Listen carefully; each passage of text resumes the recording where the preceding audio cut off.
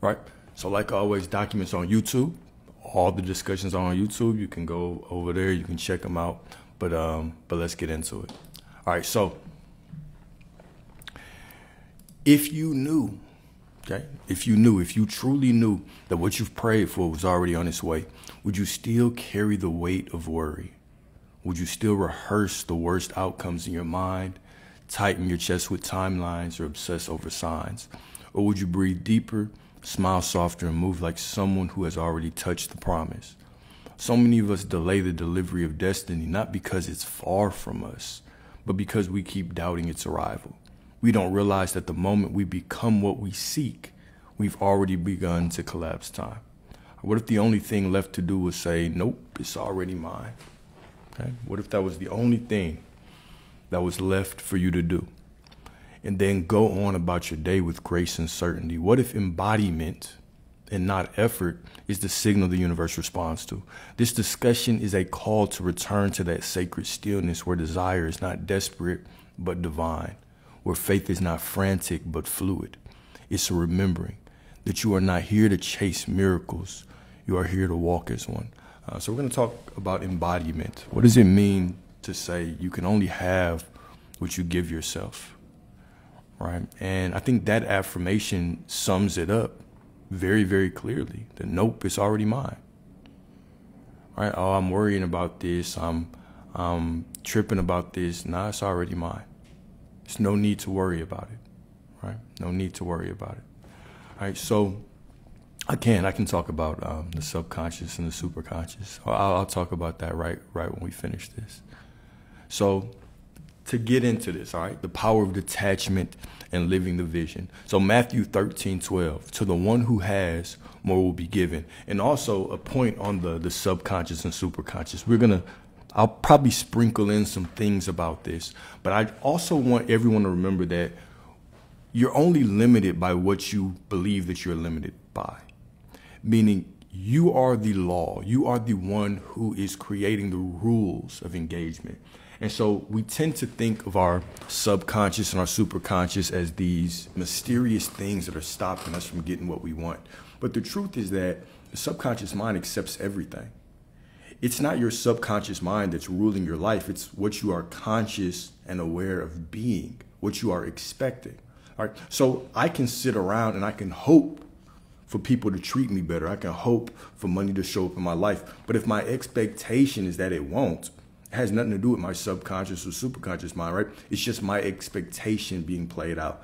This is why when we perform affirmations in vain, without embodiment, it can feel like there's some subconscious running our life, but it's not. Right? It's just that the affirmations that we are speaking aren't in line with what we're actually expecting. So when we speak these affirmations, we have to change our expectations. We have to speak our affirmations from a place of expecting this to be the law, not from a place of I'm trying to say affirmations to reprogram something. There's no reprogram needed. There is no past. There is no future. There's only right now. What are you conscious of being right now? What you're conscious of being right now is projected into the next moment and then into the next moment. And so you're constantly walking and confronting yourself. If you believe that right now you have to say a bunch of things to reprogram that subconscious mind, then all you're saying is you're not who you want to be. And so you're going to walk into the next moment just confronting the version of you who's not who they want to be. So I'll get into that a little bit more, but I always want to say that because you're only limited by what you believe you're limited by, man. Okay. So to the one who has, more will be given. Matthew 13:12. This is not merely about material possession, but about embodied state. Okay, to the one who feels rich in spirit, who walks in faith, gratitude, and inner wholeness, more is drawn naturally into their orbit. Why? Because their inner reality affirms abundance, and the outer world must follow suit. But to the one who believes they lack, even what little they have slips away because their frequency repels what they desire. Okay, so this isn't about favoritism, right, to the one who has. Okay, it is about simple alignment, simple embodiment. It's simple trust, simple faith, the ability to say, I am the sign. Because I have changed, reality must change. I walk through life and I trigger reality to change. I'm not waiting for shit. I don't need any proof. I don't need any synchronicities. I am the synchronicity. I am already prosperity. I am already the divine. And as I walk through life like this, everything has to shift to match me. Everything has to meet me where I'm at. Okay, if it's not where I'm at, it has to fall out of my life. But typically it'll still show up once or twice to make sure I'm still embodying who I am. And then it falls off because we are not in alignment anymore. I can't even react the same to certain things that I'm not in alignment with anymore. Okay, so heaven doesn't respond to want. It responds to being. When you carry the energy of already having, the world cannot help but give you more. We can even flip this scripture around. All right.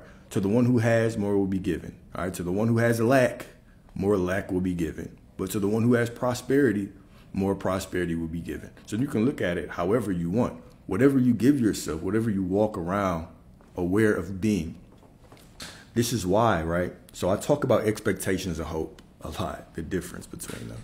One of the things about expectation is we can expect something from one person, right? So let's use it in the context of wanting a specific person. I can expect something from one person, but what is my belief about most people? So for instance, let's say that you have somebody that's been in and out of your life. Your mindset, you're trying to affirm that they are obsessed with you or they, want to be with you. But your mindset towards most women or most men is that they do you wrong. Okay?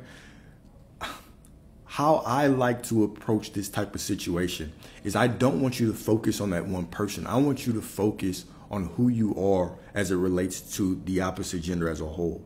Because if you still have this underlying expectation about the whole gender, and then you're just trying to change the expectation for one person, it feels like hope on top of the expectation of negative outcomes. Right? And so sometimes it's hard for us to wrap around. Okay, I walk through life and I don't really feel seen. I don't really feel magnetic to the opposite gender. But there's one person I'm trying to change my opinion on. You can do it.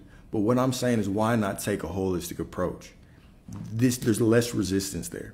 It seems easier to me, right? Or at least to certain people I work with. So that's always one trip. Maybe we should try you actually walking around like you truly are the prize. Instead of believing you are the prize to this one person, why don't you just feel like generically you are a prize in all aspects of your life? When it comes to money, money wants to come to you. When it comes to women, women want to come to you. When it comes to opportunities, opportunities want to come to you because you are the prize. Instead of believing that everything passes you by, you feel small throughout life, but for this one person you're hyper fixated on. Just a little nugget to drop in there. All right. So what if you've never truly had what you are trying to manifest? All right. Not in your hands, but in your being. So to back up, because that just seemed like I just completely switched the subject. All right. So what if this goes back to affirming a hope while having an expectation of something different? How can you truly receive something? How can, if this is a world that's based on as within, so without, you get who you are, or you get what you are, what you're aware of being, how could you walk through life expecting one thing, hoping for something different, and actually receive what you're hoping for? You can't. You have to embody who you are in your being. And oftentimes it's as simple as making the decision at any time that comes in your mind, you immediately go to the end and say, nah, it's already mine. No, it's already mine. I already know it's unfolding. I already expect it. I already know it's coming. So I'm just going to walk gracefully and continue to go about my day. I'm going to relax. I'm going to sit in the stillness of who I am. I am going to walk by faith and not by sight. I'm going to understand that everything is unfolding for me because it must. It must be. And I'll simply repeat that affirmation as many times as I need to. Nah, I already have it. It's already working out. It's already on the way. Okay? So number one is going to be desperation, the energy that devours the dream. All right, so desire is divine, but desperation is distortion. You cry out, I need this, and the echo returns, you do not have. This is what we have to look at the world as. The world is a reflection. It's just an echo. It's an echo of who you're being, who you're conscious of being. So it's always echoing what you have to you. Right? This world is a projection of who you were in the past moments. Who you are in this moment is projected in front of you. And then you walk into who you are being moment by moment by moment. All right, so it is just an echo. As you walk through this world, you're walking through a dead world. That world is melting and changing as you walk through it to match who you are being in this current moment. All right? So the universe mirrors your cry with silence. As you say, I need this. If you say, I need this, what are you being right now? You're being someone who does not have this. You're being someone who is in lack. I need it. Okay? So you can only be met with the echo of not having it, because you have to be matched with what you are. And so the much better approach, the embodiment, is no, I already have it. No, I already have it. I'm going to continue going on about my day, and I'm going to walk in the realization that any moment now it's showing up. All right. So manifestation does not speak the language of begging. Nobody does. You don't even want to be with somebody who's a beggar, right? It's repulsive. It's disgusting. Don't you know your worth, man? Right? So manifestation listens to frequency and it responds to identity. You do not attract what you want. You attract what you are. All right. And the truth about embodiment is that it's not a feeling. It's simply a decision. I heard this really cool explanation on this where, you know, it clicked something with, well, it was just a good way to put it. I won't say it clicked something, but hopefully it can help somebody else. This woman was saying, you know, I was 20 or however old she was. I was this age for a year. And then one day I was 21. So even when I forget and I say, oh, no, I'm 20, I just snap back into reality and say, oh, no, I'm not 20, I'm 21. This is what an assumption is. This is what embodiment is. It is not, there's no difference in feeling between 21 and 20. There's no difference in feeling. It's simply an assumption. All right. I'm in the 9th grade versus the 8th grade. I'm in the 7th grade versus the 6th grade. I am a senior versus a junior, right? There's no feeling that you're conjuring up. It's simply a statement of who you are. It's simply a choice. This is what an assumption is. It's a choice. It's a statement. It's an embodiment. Okay. So when you're saying, nah, I already have it, it's already mine, it doesn't matter if what you're feeling in that moment, because embodiment's not a feeling. Just like your age is not a feeling. Your name is not a feeling. It's just who you are. It's an assumption. Right? So if it's anything that I really always try to push, it's your feelings are fleeting. Your feelings are just projections, or they're just manifestations of whatever the environment is, the filter of your ego that it's going through. That's all it is. Okay, it's not real. It can change in the moment. It can change the next moment. Just like your thoughts sometimes. Your thoughts just flow. Just like the circumstances outside of you, they just flow. They just melt away. They show up and disappear. But your assumption of who you are being, that is the constant. You're worthy whether you're happy or sad, whether you feel good or you don't. You're still worthy. You are still in alignment, right? So that is the assumption that you have to make. All right, no, I already have it. Mine could have been wandering for the last 5 hours, for the last year. You were 20 for the last year, but right now you are 21. Right now you are 21, so that is projected in the future. And so in the future you are 21. This is the same way that you should be thinking about your assumptions. Okay? I've been tripping. I've been living in lack for the last year, but right now I am prosperity. So that is all I can attract from this moment forward. It's already mine. Right? So neediness, right? Neediness is a prayer that is cloaked in fear. Okay, it is faith contaminated with doubt. Right? And it's no problem with doubting sometimes, right? But how long do you do it? Matter of fact, anytime you doubt, you should immediately pull yourself up out of it.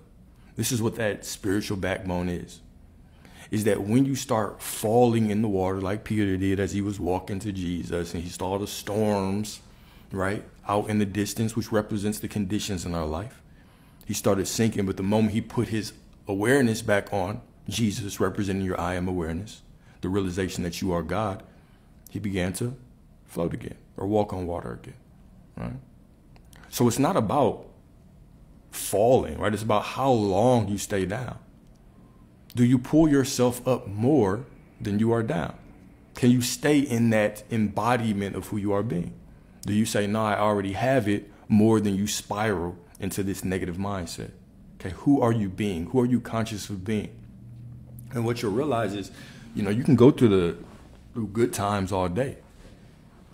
You can go through good times all day and you can stay very positive, but I really want you to pay attention to who are you being when the circumstances show like they're not unfolding for you. Do you remember that the circumstances truly are meaningless? The only person that's giving them meaning is you, because thou shalt decree a thing and it shall be. Or do you allow those circumstances to pull you into negative states of consciousness? All right? So the butterfly principle, all right, why letting go actually creates flow.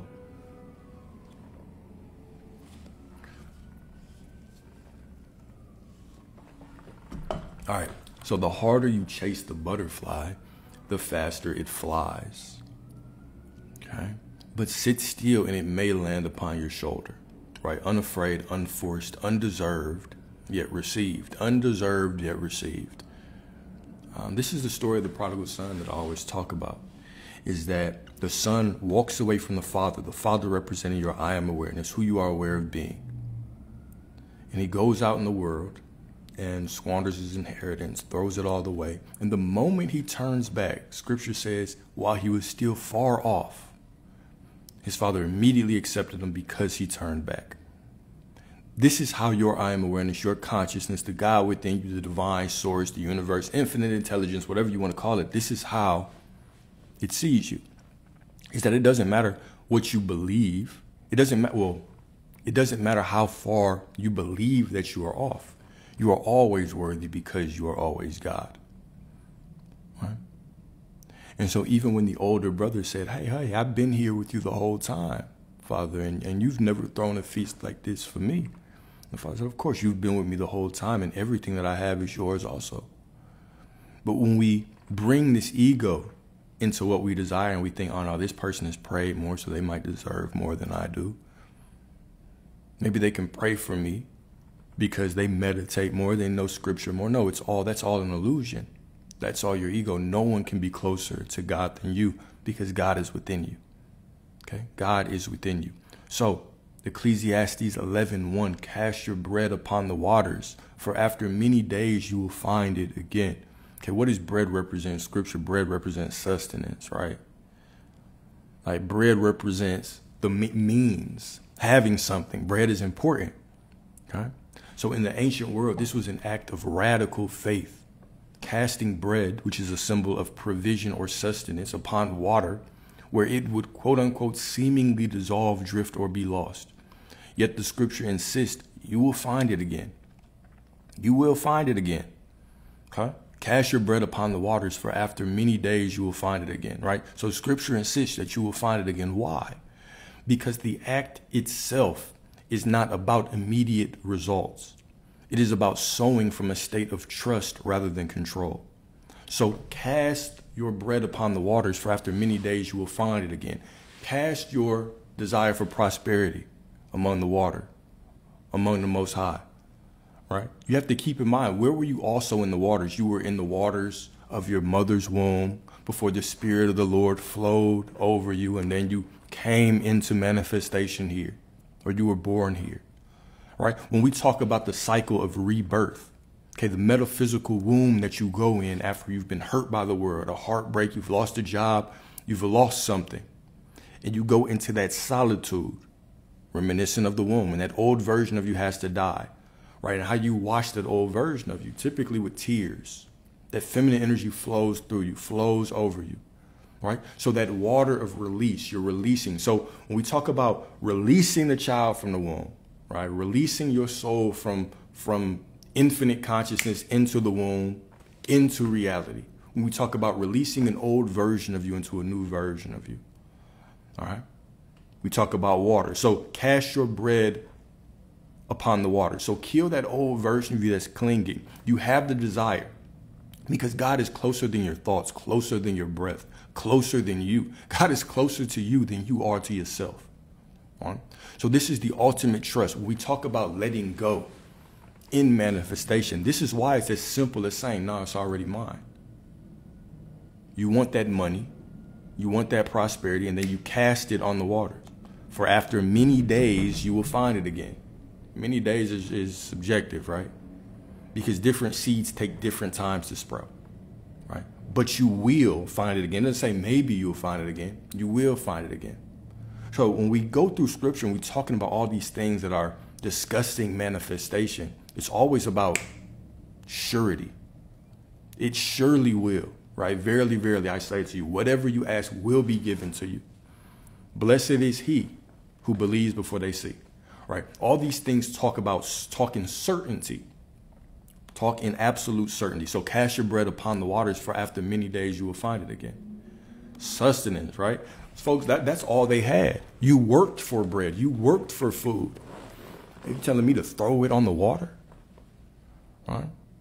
So surely you can do this with your own desires. Cast them on the waters, right? Because you know when you cast them in the waters, the Spirit of the Lord flows over the waters, right?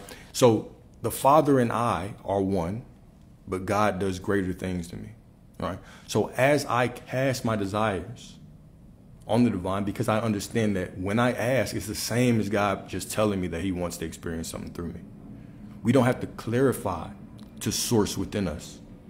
Because infinite consciousness, the universe, God, source already knows. Source is the one who placed that within you. You believe that you are creating a desire, but really you're being given instructions. This is your promised land.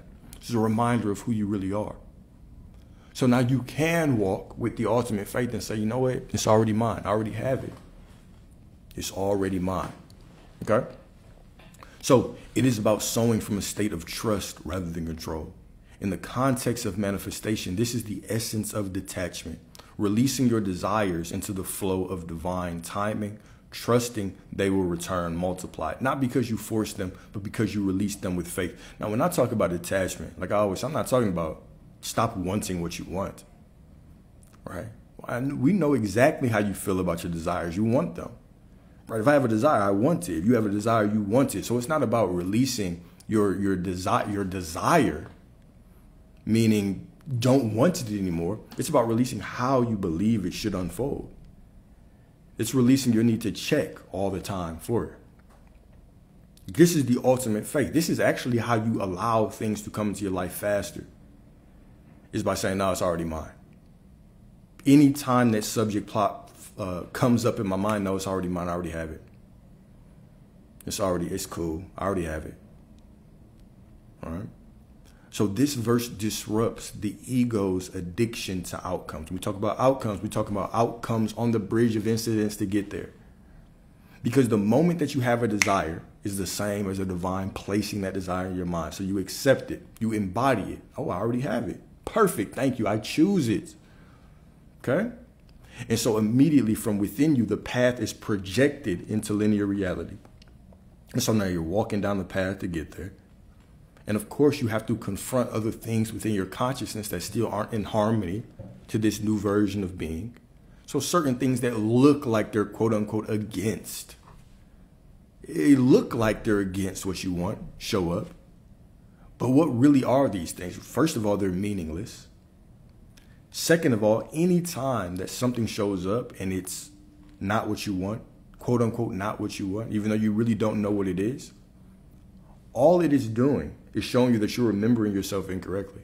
You could only remember yourself incorrectly if you look at anything as negative, because source within you is never negative. So everything has to be working out for you. You only see 0.001% of reality. The rest of it is energy and empty space. So you're sitting here looking at 0.001% of reality, trying to make a decision on whether it's good or bad. And so you assume things are negative, even though you only see a little bit. You really don't see shit. Okay? And then scripture says what? Thou shalt decree a thing and it shall be. So we understand, okay, first of all, whatever it looks like is not what it looks like.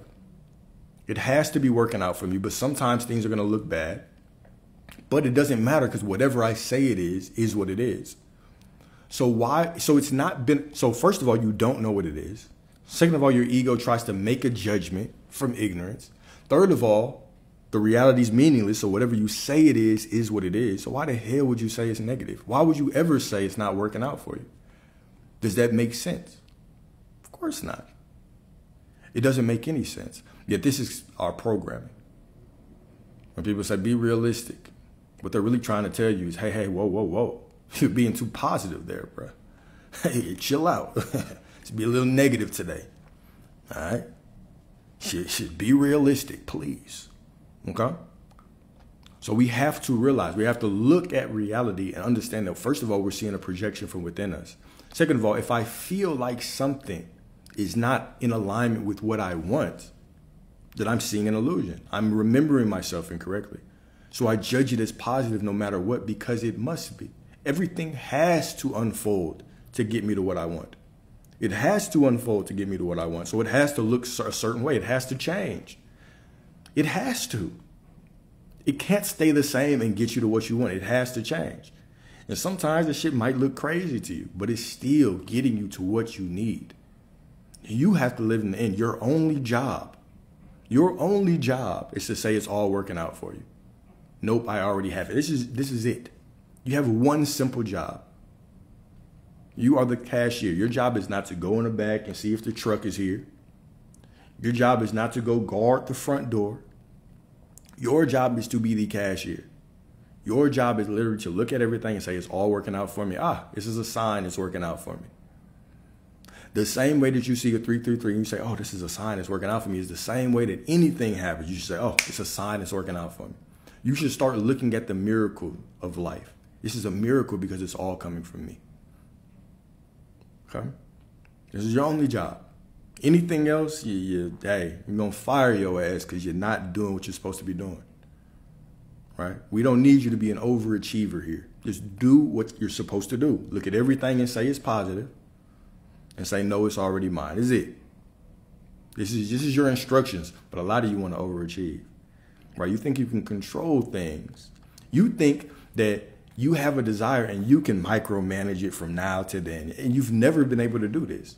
You've never made a perfect plan.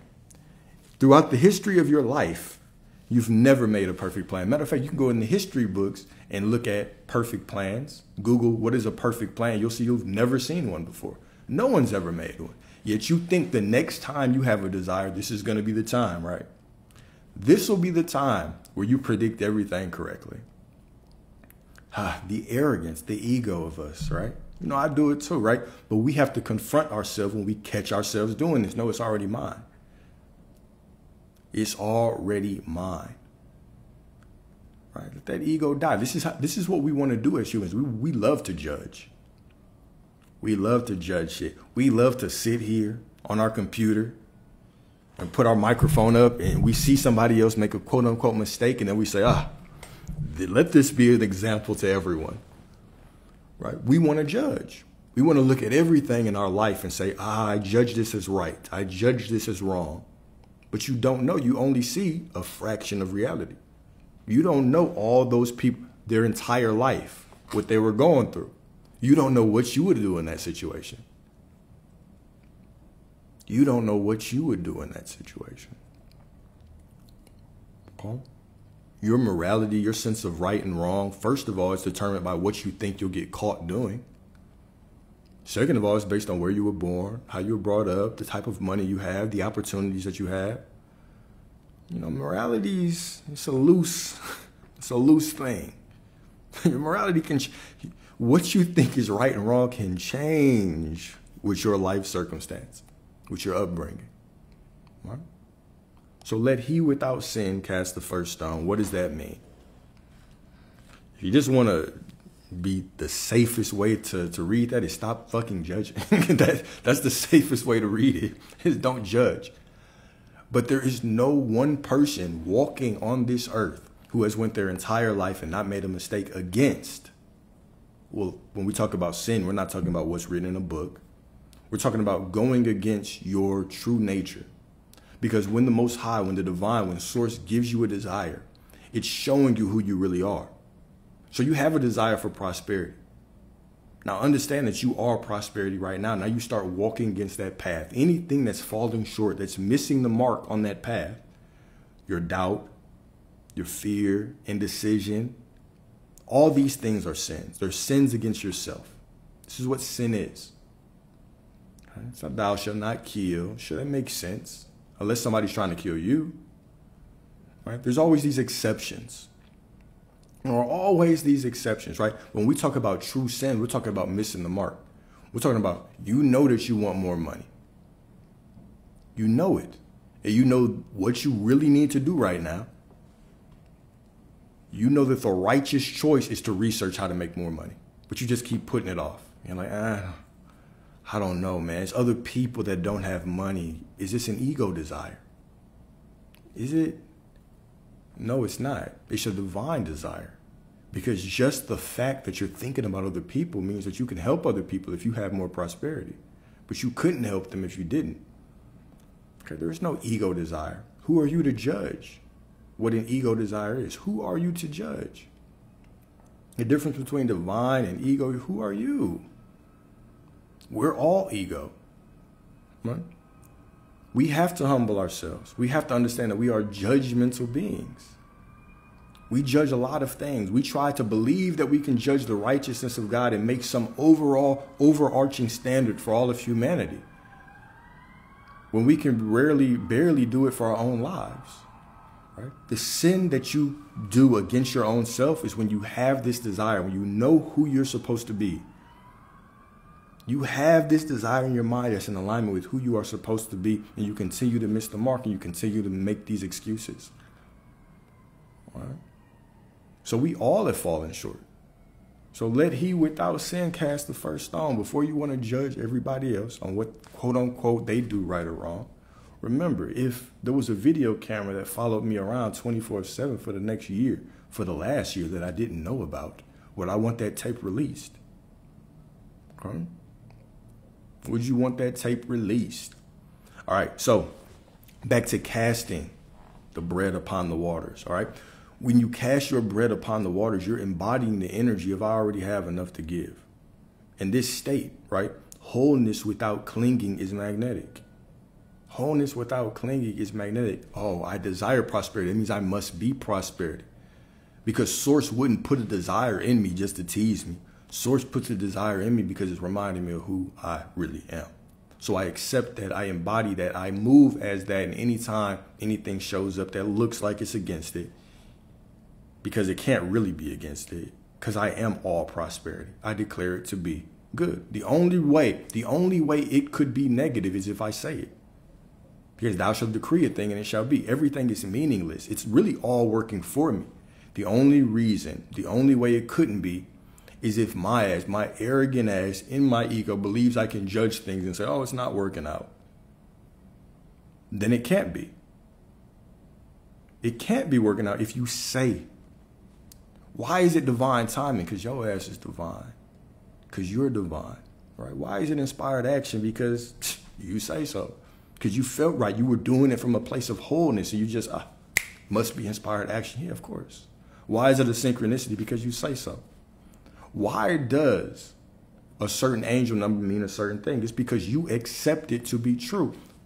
Let's go on the opposite side. Let's go on the opposite side, right? Why is your anxious, avoidant, or attachment, whatever attachment style holding you back? Because you say so. Why are you stuck in the prison of your specific zodiac sign? Because you say so. A lot of the things that you're given are not cages or prisons. They're guides to help you transcend.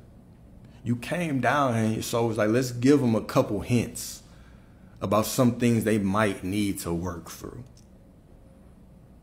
And they gave you all these numbers, and instead of you looking at it like, okay, I want to transcend, you've taken it on as an identity. And your soul's like, God damn, again. This dense, come on, man. Like, I'm trying to give you the help you need to live the greatest life that you can. You are Source. You're infinite consciousness. You are an eternal, expanding being. You can have whatever you can imagine, and the only thing that you cannot imagine is not existing. Think about that. You can have whatever you can imagine, and the only thing that you cannot imagine is not existing. You can imagine everything else. You might be able to imagine blank space, but you can't imagine not existing. You don't even know what happens when you go to sleep at night and wake up in the morning. It's just like a time lapse unless you dream. But if you don't dream, you don't even question it. But what is that space in the middle, right? You can imagine darkness. You can imagine lapses in time, but you could never imagine. You can't conceive not existing. Even when you think of love, think about love, right? If you love someone, do you think of loving them to the end of your life? Or do you think of something greater? You think of something greater, right? You say, no. It's not till death does us part. I love you whatever happens next. Heaven, hell, next reincarnation. I could not imagine forgetting you. I couldn't imagine it. Your brain doesn't even conceptualize. You cannot fathom not existing. Right? This is the infiniteness of you. The infiniteness of you. I always just make up words. I don't know if they're for real or not, but it sounds right. This is the infiniteness of you. Okay? So you can have whatever you want, whatever you can imagine, you can have minus nothing. The only thing that you can't imagine is not existing, right? And because you can imagine, it means you are in a line. Let me rephrase that. Because you can desire it, because you desire it, that means that you're in alignment with it. The common example, right? Some people want to be doctors, some want to be nurses, some want to be lawyers, some want to be astronauts, some want to be psychologists, some don't. Some want to be millionaires, some want to just have enough. Some want to live in the city, some want to live in the country. Some want to live in seclusion, some want to live around a bunch of people. Some people want to go to the club. Some people like live music. Whatever you can desire means you're in alignment with it. It means you are in alignment with it. Source doesn't tease. The God within you doesn't tease you. You tease yourself by filtering your desires through your ego. This is why you have to be like a child to enter the kingdom of heaven. Because the kingdom of heaven is everything outside of you. So seek first the kingdom of heaven, right? Well, let's break it down like this, because I was about to fly through this way too fast. What is the kingdom of heaven? What is the kingdom of God? It's everything, right? It's the microphone, you, right? The person that broke your heart, the person you end up with, your mother, father, everybody in existence, everything in existence, this is the kingdom. But the kingdom of God is within you. It is within you. So it is all a projection from within you. So if you want to get something, you must first seek the kingdom of God, right? So you have to give it to yourself first. How do you do this? You simply imagine it. You simply desire it, and you understand that to desire, to have, to be, to want, it's all the same thing. It is all the same thing. The only difference is there's a desire of expectation. I already have it, I expect it. Or there's a desire of lack, of neediness. Oh, I need this. I want this man back so bad. I need this thing. By communicating that you need something, you are forgetting who you are. The state of neediness is communicating that you do not have a choice, and you always have a choice because you are source. This is why in Neville Goddard's talk, he had them imagine climbing a ladder. And then he had them affirm during the day that I will not climb a ladder. This was simply to get them to understand that the choice was with their imaginal activity. Not so much of the words, right? But it's the imaginal activity. What are you conscious and aware of doing up here? Right? Because even if you're counting a whole bunch of money, and you say, okay, I won't count money, but in your mind, you're still doing it. You're still getting that. You're still going to get the money. But saying that you're not going to do it, it's almost an exercise in detachment. If you're scared of doing this, you should question yourself and say, why am I so attached? Why am I scared to do that? Why am I scared to talk against it, even if I'm imagining for it? Right? This is where a lot of this wavering comes in, right? But we start second guessing. I don't know if I'm gonna get it. We put that thing on the pedestal, And we forget that we're the source of it. You're the creator of it. It's coming from you. You're making false idols. I am God and there is no other. Thou shalt have no false idols besides me. When you make things bigger than you and you get scared to talk against them, you get scared not to have them, you're acting like their source and you're the creation. When they're the creation and you are source, that woman that you want, she is your creation. That man that you want, he is your creation. That money you want, it is your creation. But when we forget this is an illusion, we forget this is a projection, and we go out there and we shrink ourselves to the size of these things outside of us, we completely lose our godliness. We lose our sense of godhood. We forget who we are. All right? So keep that in mind. Keep that in mind. You should be the largest thing in your universe. You should walk through life as if you are the sun and everything else is the planet rotating around you. And if they don't stay in alignment, they'll fall off. If they want to stay in your life, they got to stay in alignment with you. This is the mindset to have, man. This is spiritual backbone.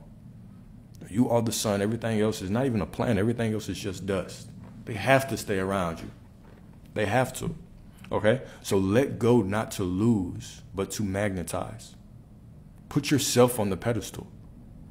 Okay? Control is the myth and surrender is the gateway. All that is meant for you is allergic to your obsession. And you know this. You know this. Everything that is meant for you is allergic to your obsession. You don't even want anybody that's truly obsessed with you. You for damn sure know that if you were truly obsessed with somebody else, they'll leave you. Okay? Obsession, neediness, you're communicating, you don't have a choice. And I like to put things in practical perspectives, because if we understand that everything is a representation of everything, we'll be better. Life is multidimensional.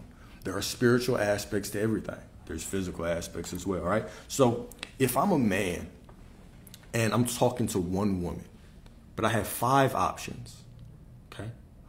What is more important? Is it that I have 5 options, or is it that I know that I have 5 options? Okay, meaning, if this woman is talking to me, right, I'm trying to put y'all on some game or in a spiritual way, right? So if a woman is talking to me, it doesn't matter if she knows that I have 5 other women, or if she thinks I have 5 other women. What matters is, do I know that I have 5 other options? Because you carry yourself completely different. Right? You carry yourself completely different. Even if I have 5 other options, if I'm looking at her and I'm saying, oh no, I cannot lose her. I cannot lose this woman. If I lose her, my life is going to go to shit, right? It doesn't matter if I have the other options, because mentally in here I have none, right? This is a repulsive energy for anything, right? You're communicating that you don't have a choice. Ew. Ugh, he doesn't have a choice. All right? This is the energy that you give off. So this is the same type of energy you give off to the universe when you're acting like you do not have a choice. You always have a choice, because you are source. Everything that you experience, you should look at it like, damn, this is a miracle. This came from me. This is something that I created. Now, because I created it, I can just as easily change and want something else. I can choose something different. And it's as simple as me embodying something different right here. Nope, I already have prosperity, so this must just be unfolding towards my prosperity. Move on. The problem is when things that I do not want are projected from within me, and I react as if I don't want them, then what? I'm in alignment with those things. So it has a vibration of something I don't want. I react like it's something I don't want. Now it's magnetized to me. When I look at it as the miracle that it is, it came from me, I can just choose differently. It must be working out for me. It has to fall away and be replaced with something else that's magnetized towards me. This is why looking at your life like a miracle is a cheat code. Look at everything as a miracle, because it is. Look at everything as if it's a reflection of you, because it is. Okay? So visualization versus embodiment, right? The forgotten alchemy. All right, so you see it in your mind, but do you walk as if it's done? The simple affirmation, now it's already done. Now I already have it. Now it's already on the way. Okay? You dream of the throne while still sitting like a beggar. You say you're trying to manifest, but every day you're questioning yourself, am I visualizing it right? Does the universe know exactly what I want? Source only needs to hear you once. Matter of fact, Source put that desire in you. You don't have to clarify shit to God. You are God. God is closer than your thoughts. God knows with more clarity than you do. You receive that desire from the Most High. So you dream of the throne while still sitting like a beggar, acting like you do not have a choice. You visualize millions while vibrating in poverty. You're like a leaf blown around by the wind being the circumstance. If it's a good day, you're happy. It's a bad day, all of a sudden you have spiraled out of control in your mind. When are you going to become the rock in your reality? When are you going to be the one who triggers reality to change? Either you walk through life and you trigger reality to change, or you walk through life and reality triggers you to go back to that old pathetic version of you that you don't want to be anymore. This is a game of consciousness, man.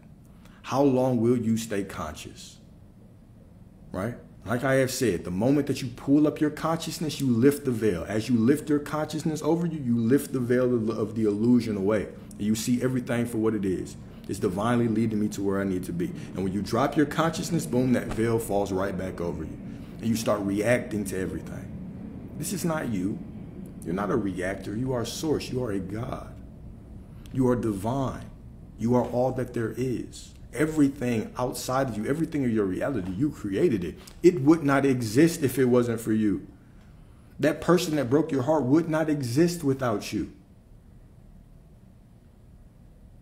That person that broke your heart, that cheated on you, all these people that leave you, that ghost you, they would not exist without your consciousness, without you commanding them and giving them orders, without your expectations to allow them to take a character, a role of a character in your life.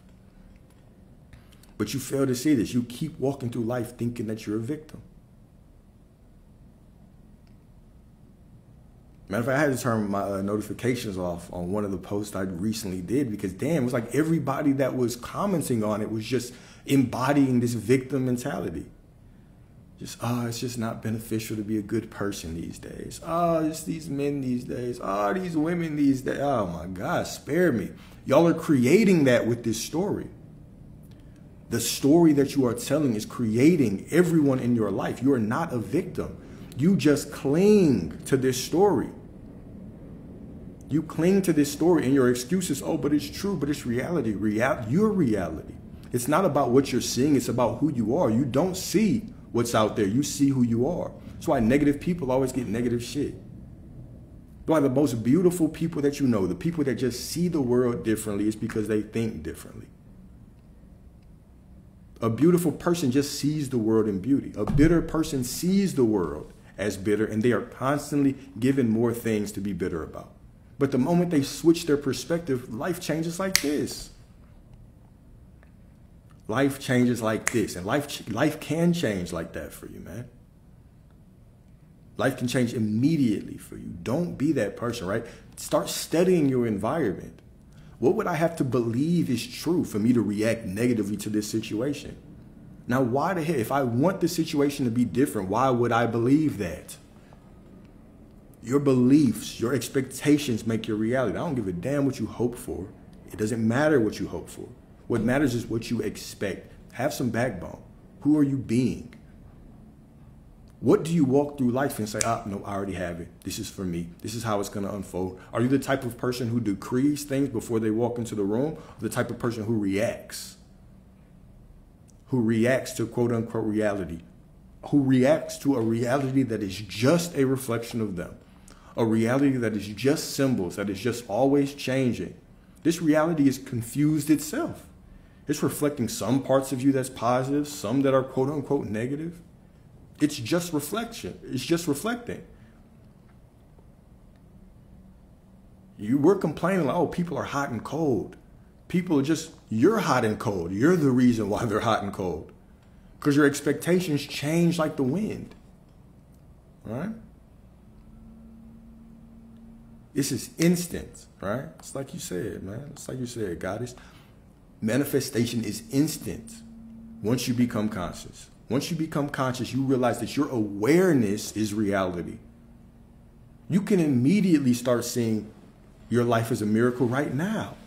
No one has to save you, and no one can save you, really. But the moment you start looking at your reality as a miracle, it becomes a miracle. Everything else fades away. When you start turning a blind, I don't even see shit that's not a miracle. When you start saying that, when you start embodying that, watch how your life changes. Reality has to be a miracle because I am a miracle. I am walking through life, and I am the miracle that triggers everything else to change. You are a miracle. Think about how you got here, man.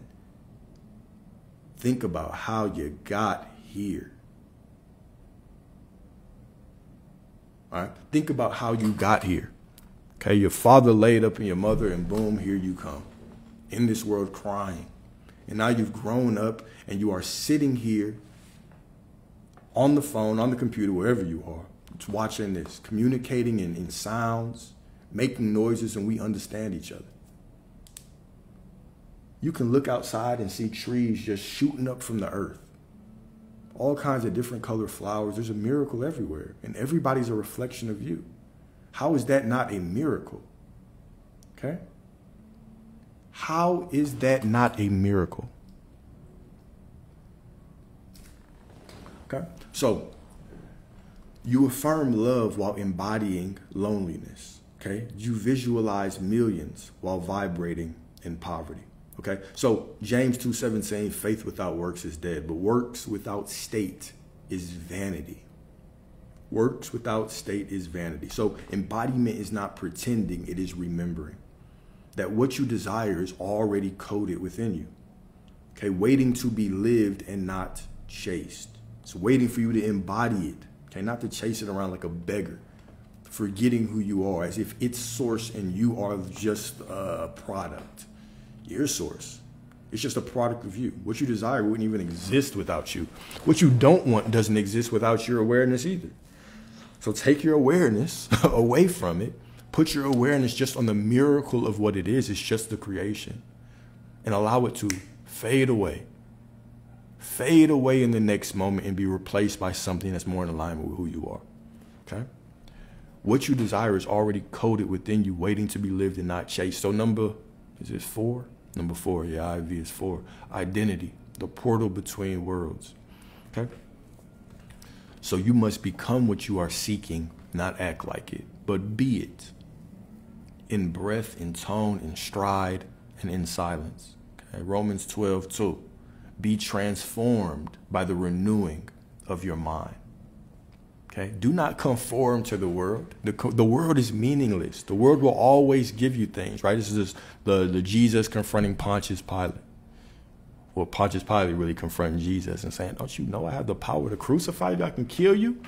And what is Jesus representing? Who you should be. Your big brother trying to tell you how to walk through life. He said you wouldn't have any power if it wasn't given to you from my Father, from above.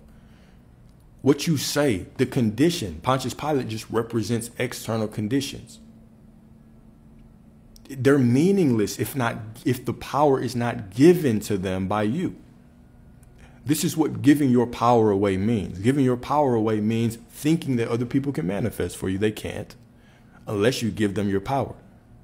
And you say, oh, this person must be impacting me because I've taken on their beliefs now. Taking on other people's beliefs is giving away your power. Right? Believing that this circumstance was negative when it's really just meaningless, that's giving away your power. Thinking that you can't be fulfilled without this person, but that's bullshit and it's giving away your power. They wouldn't exist without you. How can you not be fulfilled without them? They're just a reflection. They're just an actor in a game of your consciousness. They're waiting for your instructions. They're mirroring your awareness. That's it. That's it. Okay? So let your body memorize the miracle before your eyes behold it. So heaven doesn't come to those who want. It comes to those who walk, as if they've already been there. This is the difference between desiring from lack and desiring an expectation. You have a divine Father waiting to give you everything, who loves you so much unconditionally. You don't even have to know him. But everything that you desire, everything that you expect is already being reflected. The lack, the love, everything that you expect is already being reflected back to you. It's how much your Father loves you, right? And so as you walk through life, you always have this opportunity to confront yourself, because that's all you're doing. Every moment is just, it's your conception, it's your child. It's your beliefs, your expectations that are presenting themselves to you, saying, okay, what do you want next? Okay. So detachment. Largest ever. All right, so detachment. Okay, the highest magnetic field, detachment. All right, so I trade, so I just got an interesting notification. I wonder if that's going to do it. Talk about that later. All right, so detachment is not absence of desire. Okay, it is the presence of wholeness. It is standing in the storm, knowing the rain cannot drown you because the ocean lives within you. All right, let's break that down, because I feel like that was a bar. Every now and then I say something that I feel like is a bar. Okay, detachment is not the absence of desire. To desire. We know why you desire. You desire it because you want it, right? It is the presence of wholeness. What? Okay, presence of wholeness. What does that mean? It is standing in the storm. Okay, you are in the storm of your life. Things look negative. Knowing the rain cannot drown you because the ocean lives within you. Because what you're seeing is just a piece of you. It's still a wholeness. It's still you. It's still something to love and embrace and not suppress. It's still a miracle. It's still divine. It's still beautiful. Everything that I'm going through is still beautiful because it's from me. And when I start looking at these things as miracles, I'm not even in a lot. I can't even react negatively to them anymore. Maybe for a moment, but when I come back to who I am, when I stop remembering myself incorrectly and thinking I'm a victim to circumstance, and I realize, oh, I'm a creator of the circumstance. All right? This is wholeness. It's all me. So this is all just my soul. This is all my higher self. This is all me. This is all the divine trying to create the path of fulfillment, creating the path of fulfillment to get me to what my quote unquote desires are. Even if my desires aren't really my desires anymore. It's still all fulfillment. It's still all love. It's still all this beautiful path. All right. Now that might be, that's a interest. Okay, I don't like putting things like that unless I'm having one-on-one conversations, because that can be hard to grasp, right? That whether it's good or bad, it's still fulfillment. It's still me expressing the wholeness of who I am. It's still my consciousness expressing all that I am. Everything. Whether it's lack, the empty bank account, whether it's the woman cheating on me, it's all fulfillment. It's all leading me down a path to know myself. Right? It's all leading me down a path for me to know my innermost thoughts. If I stay conscious and aware, whatever path life presents to me is a path of knowing myself, knowing my fears, knowing my expectations, knowing my beliefs, knowing the difference between my hopes and my expectations. It's all fulfillment. It's all a path for me to remember who I am. This is why Source came down here to be you, to learn who he is, to learn who it is, to learn who she is. You come down into this illusion and experience linear time so you can experience yourself, so you can know yourself experientially as the divine, as God. And so it's all divine. It's all whole. It's all fulfillment. It's all love. It's all that there is. Right? It's all perfect. How would I know myself if I could not walk through the unfolding of my own expectations, of my own innermost thoughts, innermost dialogue, innermost fears, innermost desires? How would I know myself if I was just all that there is? Right? So as I'm all that there is, and I take the identity, right? I remember that I am the I am that I am. Okay, I am the Alpha, I am the Omega. And the that is whatever identity I put on. And so as I put on this identity, the linear time unfolds in front of me so I can walk and I can experience that identity. All right? This is beautiful. This is poetic as hell. Right? This is how you know yourself. So it's all love. It's all whole. It's all fulfillment. It's all perfect. It's all divine. It's all a miracle. We run from the mirror when the mirror is just doing its job. It's just lovingly trying to say, this is who you are. This is who you're being. If you want to change the mirror, just go change the outfit. Change the that in the middle of the I am that I am. That's it.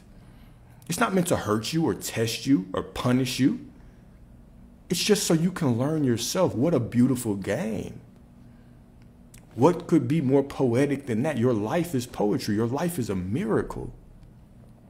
Right? Do you see the miracle in front of you? You stand in the middle of a miracle and still ask for signs. You still ask for signs when you are the miracle.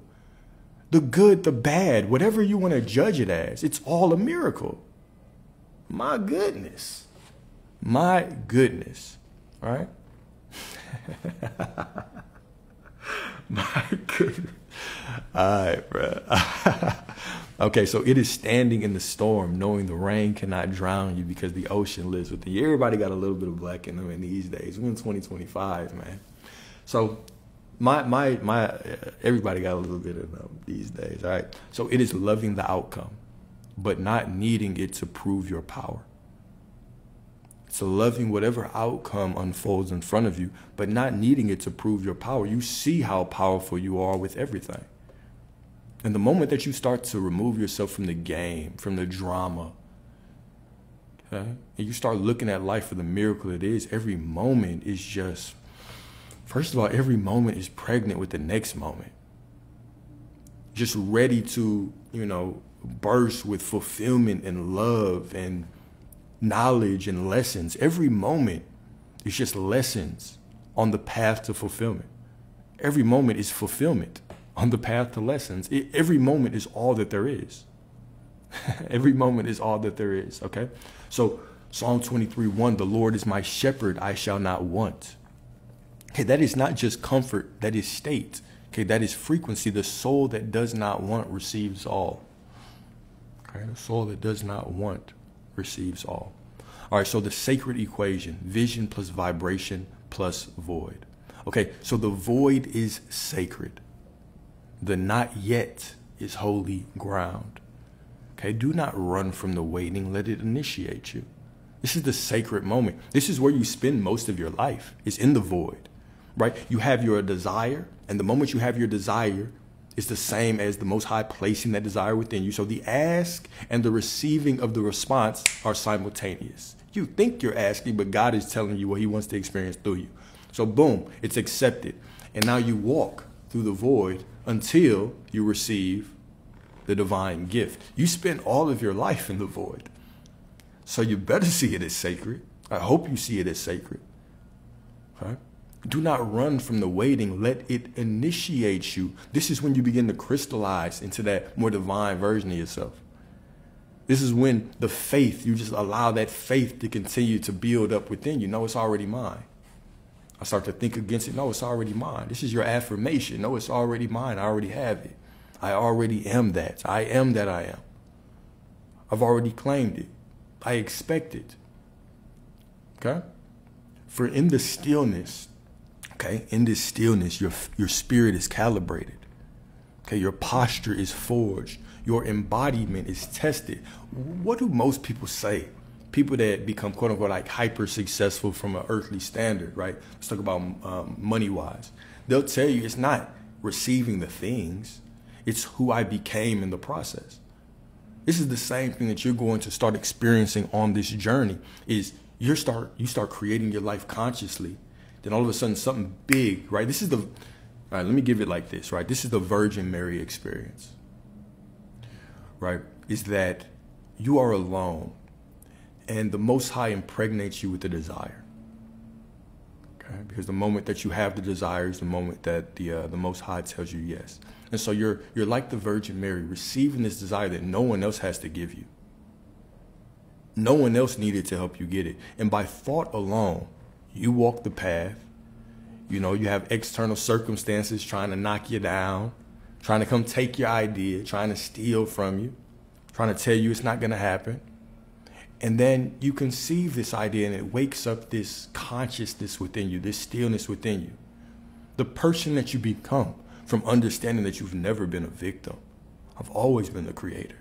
This is a priceless experience. The moment you realize life was just trying to show you who you were. It's never trying to punish you or hurt you or break you or betray you. It was all fulfillment. It was all love. It was all joy. It was all a lesson. It was all just teaching you who you were, showing you who you were. When we talk about life being a lesson, we're not talking about life being something that breaks you down so you'll get stronger. We're talking about life being a lesson in who you are. You're walking down the path of experiencing yourself. Every heartbreak is a mirror. Every moment of lack is a mirror. Every moment of joy is a mirror. Every person that does you right, does you wrong is a mirror. These are the lessons. The lesson is them showing you who you are. Okay? So it's not like life is breaking you down because there's some cruel overlord in the sky saying, let me break them down to get them to a better place. How it's my strongest soldier thing, right? It's none of that. It is you experiencing your echo, teaching you who you are. This is all fulfillment. It's all love. This is unconditional love. What is more unconditional loving than this? Is that whatever you ask, verily, verily, I say to you, whatsoever you ask in the Father's name will be given to you. Father's name being I am, your name being I am. So whatever you describe yourself to be, you will receive, whether it's conscious or not. Everything you expect of yourself. Whether you believe, damn, I'm so dumb for that. Would you believe, damn, bro, these women on me today, right? Whatever you believe will be given to you. And because the kingdom is within you and everything out there is the kingdom, then everything out there is not a they. There's no they out there. It's all I. It's all I am. So whatever you say about them, whatever you say about that thing, that circumstance is I am. It's from within you. So whatsoever you ask in the Father's name will be given to you, right? This is unconditional love, whatever. Not some things, not sometimes, every damn thing. Your life is a byproduct of what you have been decreeing. Every moment of lack is a teacher. Every moment of love is a teacher. It's all for you. It's all through you. What's more divine than that? What game would you rather play? What game would you rather play? Okay. So for in the stillness, your spirit is calibrated. Your posture is forged. Your embodiment is tested. Isaiah 40:31, those who wait upon the Lord shall renew their strength. Okay. And waiting is not passive. It is the quiet furnace of identity. So the moment that we rise in consciousness, that we say, whoa, whoa, whoa, whoa, whoa, it's all for me. It's all just a reflection of me. No longer will you ever look out there and judge anything as what you don't want it to be. Judge not by appearances, but judge righteously.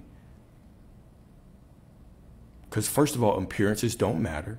Second of all, you couldn't judge them even if you wanted to, because you only see 0.001% of reality anyway, man. Like, that's all ego that thinks you can judge things. The same way you think you can judge other people's life, but God forbid somebody tried to judge your life. God forbid I say, you know what? I got this camera I've been following you around with for the last year, every moment. Let's play it. Let's play it for the world. Well, no. But you want to judge everything, right?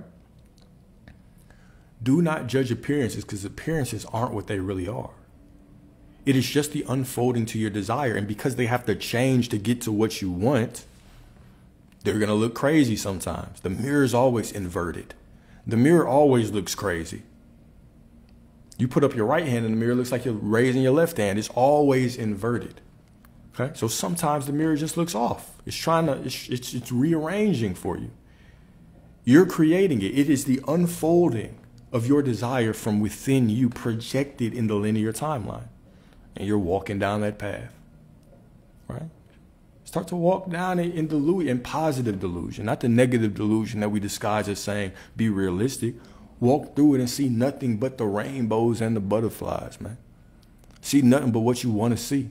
Forgive others so your Father in heaven can forgive you, meaning see others the way that you want them to be. Stop daydreaming about that person cheating on you all day and start thinking about how you want them to be. Stop thinking about that empty bank account all day and think about it how you want it to be.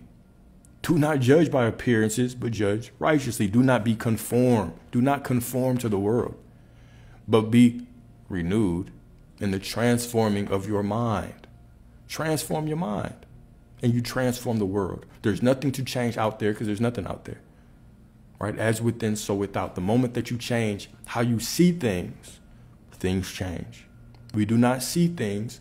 We see who we are reflected in things. Everything is just the all-seeing eye looking at you, saying, who are you going to be? Who are you going to be? Doesn't matter what you hope. What are you expecting? Who are you being? Your being, who you are, is a collection of your beliefs and your expectations. What you hope for is just, it's an outlier. But your beliefs and your expectations are who you are. Okay, who are you aware of being? Are you aware of being consciousness? Are you aware that it's all fulfillment? It's all love? The path is always divine. Because it is. Because you are. And because you are divine, the path could never be anything less than divine. All right? So in conclusion, I ask you, if your vision appeared tomorrow, would you meet it as a stranger, or would it recognize you as one of its own? Okay, if heaven came knocking, would your vibration open the door, or would you still be praying behind it? Could you even recognize the miracle? All right? You do not chase, you become. You do not force, you radiate. You do not plead, you embody. Okay? So divine embodiment. I no longer wait, I walk. I no longer wish, I am. I no longer grasp, I receive. Okay? Live it now, feel it now, become it now, and watch how the world reshapes itself to reflect the truth you finally dared to be. All right, so we're going to read this first paragraph over, and hopefully it's heard from a different perspective now. Okay? If you knew, truly knew, that what you've prayed for was already on its way, would you still carry the weight of worry? Would you still rehearse the worst outcomes in your mind, tighten your chest with timelines, or obsess over signs? Right? Or would you breathe deeper, smile softer, and move like someone who has already touched the promise? So many of us delay the delivery of destiny, not because it's far from us, but because we keep doubting its arrival. We don't realize that the moment we become what we seek, we've already begun to collapse time. What if the only thing left to do was say, nope, it's already mine? And then go on about your day with grace and certainty. What if embodiment and not effort is the signal the universe responds to? This discussion was a call to return to that sacred stillness, where desire is not desperate but divine, where faith is not frantic but fluid. Okay, it is a remembering that you are not here to chase miracles. You are here to walk as one. Okay, you are the miracle. You don't have to chase shit. You don't have to chase the miracle because your life is already a miracle. You breathing in this consciousness is already the miracle, right? And all that is keeping you from everything that you want is that you refuse to remember who you are. Okay, it's not a feeling. Divinity is not a feeling. It's just who you are. It's a simple assumption. The same way that there's not a feeling of difference between when you turn 20 and 21, 21 and 22. It's simply an assumption. Oh, I'm 22 now. When I forget and I say, oh, no, I'm 21. I say, oh, no, I'm not 21. I'm 22. This is all the assumption is. And it's already here. I don't have to worry about that shit. It's already here. Okay, I am divine. I am all that there is. I am the source. Okay. This is what it is. This is a simple assumption. Okay. A simple assumption. It's simply a choice. That is all it is. Okay. So I'm gonna leave y'all with some affirmations. I thought I was gonna be done at 10:30. I tried to put it in perfectly, but ran over a little bit. But I'm going to leave y'all with some assumptions and then probably jump on again this afternoon or tomorrow, God willing. All right, I see you all as perfect, as divine, as whole, as in alignment, okay, as perfectly and divinely made. Okay, what you have is already yours. It's already yours. Stop worrying. Take a deep breath and remember who you are. You could never be anything less than worthy because you are source. You could never be anything less than love because you are source. Right? You can never be anything less than whole and fulfilled and perfect and in alignment because you are source. Embody this, not in a feeling, but simply in a knowing and an assumption. Right? Refuse to let your thoughts drift to anything less than divinity, to anything less than the miracle that is in front of you in every moment.